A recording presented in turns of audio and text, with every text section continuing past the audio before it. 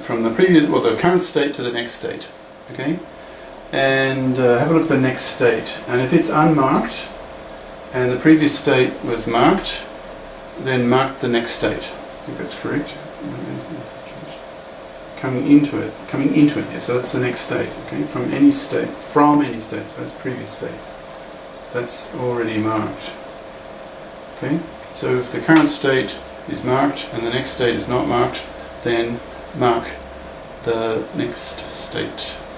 Right, and you just, so you keep doing that, so then you check, using the transition rules, this freshly marked state, and the next state, that then becomes the current state, and then you see what its next state is, and so on, and you just keep looping through this until you don't mark any more new states. All right. Now then so you come out of this loop, and then in stage 4, you look at all the marked states, and if none of them are the accept state, then accept. And why do you accept? Well, because that means your D of A can never accept a string. So the language that D of A generates is the empty set. Right? It's just the 0 with a slash through it. It's the empty set. So, and if there is an accept state that is marked, then reject. So this machine would reject that. Okay. Now you need to think a bit between the lines. And that's sort of typical of Sipser. Why is this particular algorithm? How does it work? Why is marking all these states?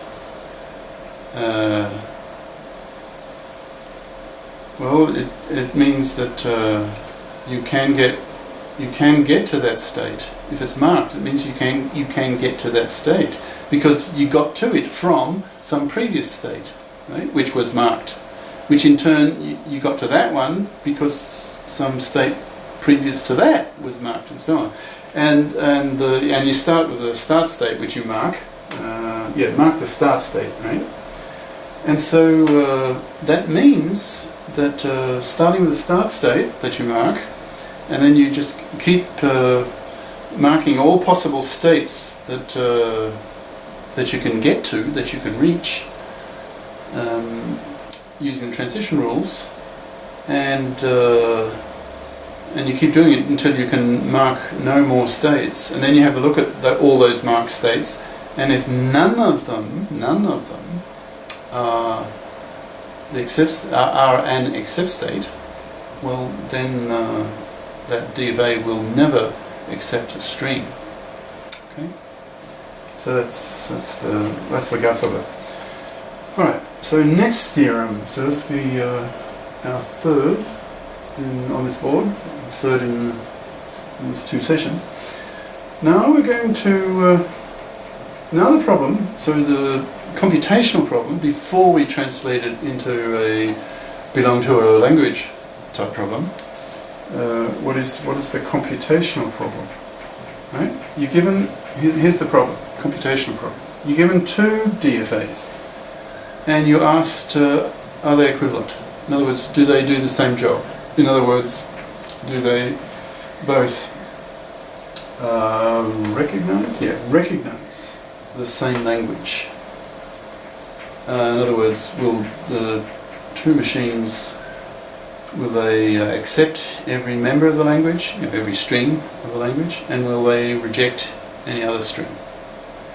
Right? And you need to, so given you're asked to find an algorithm, or, well, the question is there an algorithm that can answer the question whether any 2 random DFAs are equivalent, yes or no? And we convert that computational problem as usual into a belonging to a language type problem. So here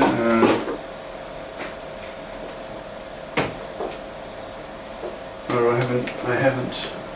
I usually put a rectangle around it, and I forgot to do it in this case. Done it for all the others, so I'll do it now. Okay. So here's your language that we will try to find a Turing machine that decides this language. Okay. I just call it EQ. EQ for equal. In other words, the two D of A's, just call them A and B. Okay. So as input, well, as elements of this language, just an ordered pair, and the A and B here, they represent two D of A's, two machines, two deterministic finite automata. Okay, A and B.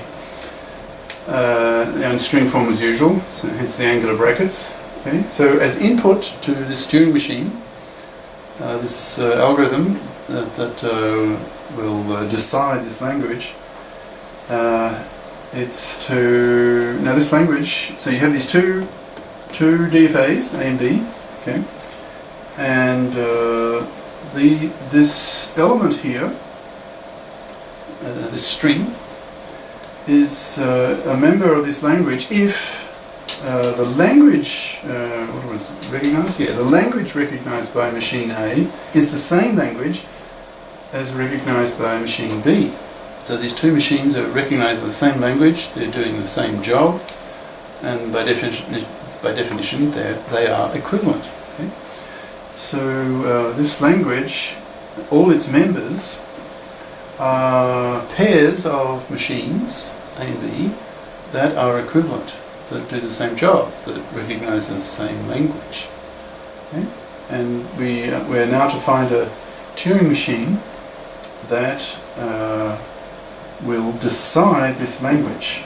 Okay, this the same old trick as we've been doing. Well, a board and a half already, pretty much.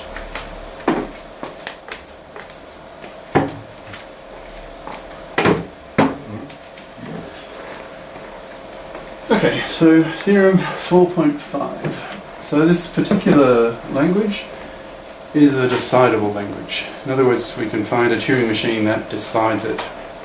So the Turing machine will accept any member of that language and will reject any other string. And so we have an answer to the question: are these two D of A's, A and B, are they equivalent or not? Right. Let's see. Now, again, there's no proof idea. It's not complicated enough for a proof idea. We just do proof. The core idea, as usual, there's always at least one core idea for a fairly complicated proof. And in this case, we will construct a new Turing machine. We'll call it C. Right? It's a new DFA.